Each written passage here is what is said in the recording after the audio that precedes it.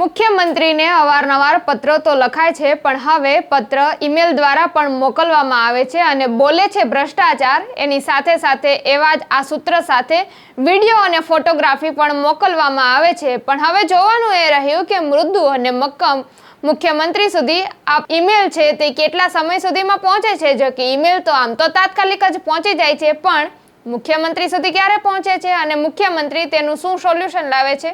વૈષ્ણવજન તો તેને કહીએ જે પીડ પરાઈ જાનાને રે.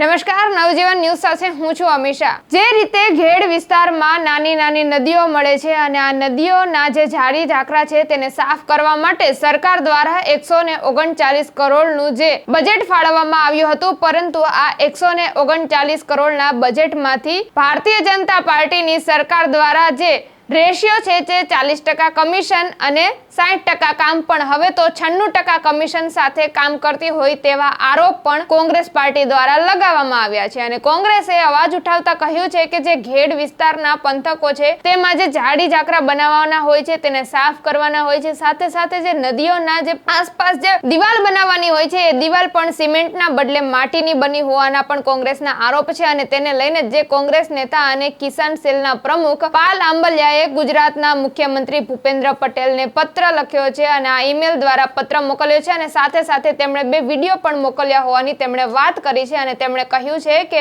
139 કરોડનું જે બજેટ ફળવાય છે આ બજેટમાં માત્ર 9 કરોડનું જ કામ થયું હોય તેવું તેણે પણ કહ્યું છે. અને સાથે સાથે પાલ આંબલિયાએ તેવું પણ જણાવ્યું છે કે 40% કમિશન તો પહેલા આ કર્મચારીઓ લેતા હતા, પરંતુ હવે તો 96% કમિશન સાથે કામ થઈ રહ્યું હોય તેવું લાગી રહ્યું છે અને એટલે જ 4%નું જ કામ થતું હોય અને માત્ર દેખાવો થઈ રહ્યો હોય તેવું લાગે છે.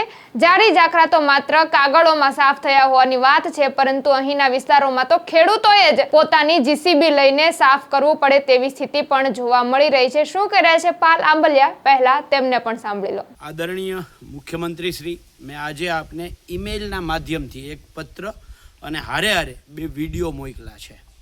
આ 2 વિડીયો તમારી સરકાર 40% કમિશન તો ખાતી હતી જ, પણ 96% સુધીનું કમિશન ખાય છે એના બોલતા પુરાવાઓ છે. આ વિડીયો ઘેડ વિસ્તારમાં વર્તુ નદી ઉપરના બંને વિડીયો છે.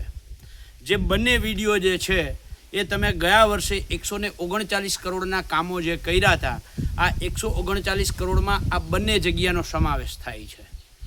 એક છે ગોરાણા અને સિસલી વચ્ચેના પંચકોશી વિસ્તારનો, જ્યાં નદી 7 વર્ષથી તૂટેલી હતી. અમારી અનેક રજૂઆતો પછી ગયા વર્ષે 139 કરોડમાં આ કામનો સમાવેશ થયો. ત્યાં નદીની તૂટેલી નદીને તમે હાંધી તો ખરી, પણ માટીથી હાંધી. જ્યાં સિમેન્ટની પ્રોટેક્શન વોલ કરવાની હોય ત્યાં તમે માટીની દિવાલ કરી દીધી અને એના કારણે તમે જોવો છો અત્યારે વર્તુ જ્યારે ઓવરફ્લો થઈ ત્યારે ત્યાં ખેડૂતો પોતાની રીતે તગારા નાખી અને નદી ત્યાંથી બહાર ન નીકળે, ખેતર ધોવાય નહીં એના માટેના પ્રયત્ન કરે છે.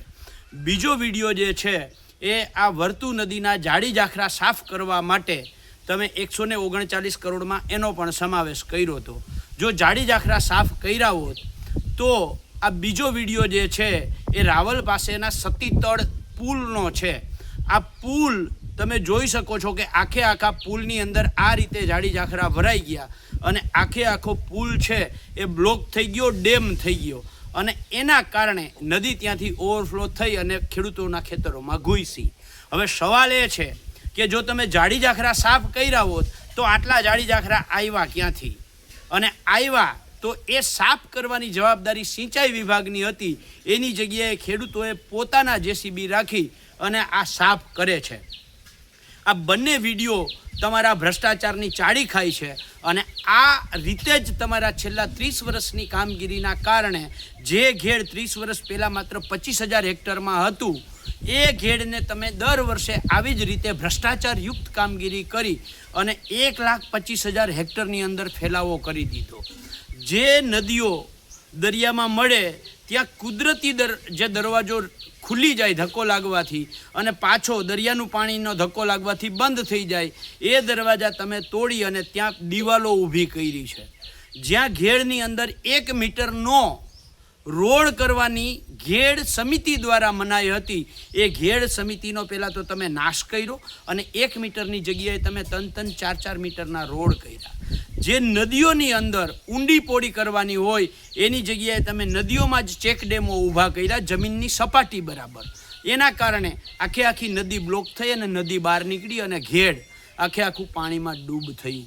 તમે દરેક તમારી કામગીરી છે એ નેશનલ હાઈવેની કામગીરી હોય કે ત્યાં ઘેડમાં આવતા જેતપુરના ડાઈંગ ઉદ્યોગના કેમિકલમાં આવતો જે કચરો છે, કેમિકલ કચરો, એની કામગીરી હોય, દરેકમાં ભ્રષ્ટાચાર કરી અને ઘેડને બરબાદ કરવાનું કામ કર્યું છે. એના બોલતા પુરાવા રૂપી 2 વિડીયો હું આપને મોકલું છું. મને આશા છે કે તમે મૃદુ તો છો જ, પણ ભ્રષ્ટાચારીઓ સામે મક્કમ થઈ અને આ બંને વિડીયોમાં જે લોકોએ ભ્રષ્ટાચાર કર્યો છે એમની સામે કડક હાથે કાર્યવાહી કરો તેવી માંગ સાથેનો આજે પત્ર અને 2 વિડીયો આપને ઈમેલના માધ્યમથી મોકલા છે. મને આશા છે કે તમે તાત્કાલિક આમાં એક્શન લેશો. જય જવાન, જય કિસાન, જય જગત. તો આ હતા કોંગ્રેસના નેતા અને કિસાન સેલના પ્રમુખ પાલ આંબલિયા. તમે તેમને પણ સાંભળ્યા અને તેમણે જે રીતે ગંભીર આરોપ લગાવ્યા છે. હવે જોવાનું એ રહ્યું કે મૃદુ અને મક્કમ મુખ્યમંત્રી આ ભ્રષ્ટાચારને કેટલી મક્કમતાથી નિવારવાનો પ્રયત્ન કરે છે, ભ્રષ્ટાચારને નાબૂદ કરવાનો પ્રયત્ન મક્કમતાથી કેટલી અંશે લેવાય છે તે તો હવે આવનારો સમય જ બતાવશે. કારણ કે વડાપ્રધાન હોય કે મુખ્યમંત્રી હોય, જ્યારે તે આવે તે પહેલા તો કોંગ્રેસનો અવાજ પણ દબાવી દેવાય છે. ત્યારે આ ઈમેલ છે તે કોંગ્રેસનો છે, એટલે શું ભારતીય જનતા પાર્ટી ચેક કરશે કે તેને પણ ઉપરથી જવા દેશે, તે પણ એક સવાલ છે. ત્યારે આપનું આ અંગે શું કહેવું છે, કમેન્ટમાં આપના પ્રતિભાવો ચોક્કસથી જણાવજો. આવા જ પ્રકારના સમાચાર મેળવવા માટે નવજીવન ન્યૂઝ સાથે જોડાયેલા રહો. નમસ્કાર. વૈષ્ણવજન તો તેને કહીએ જે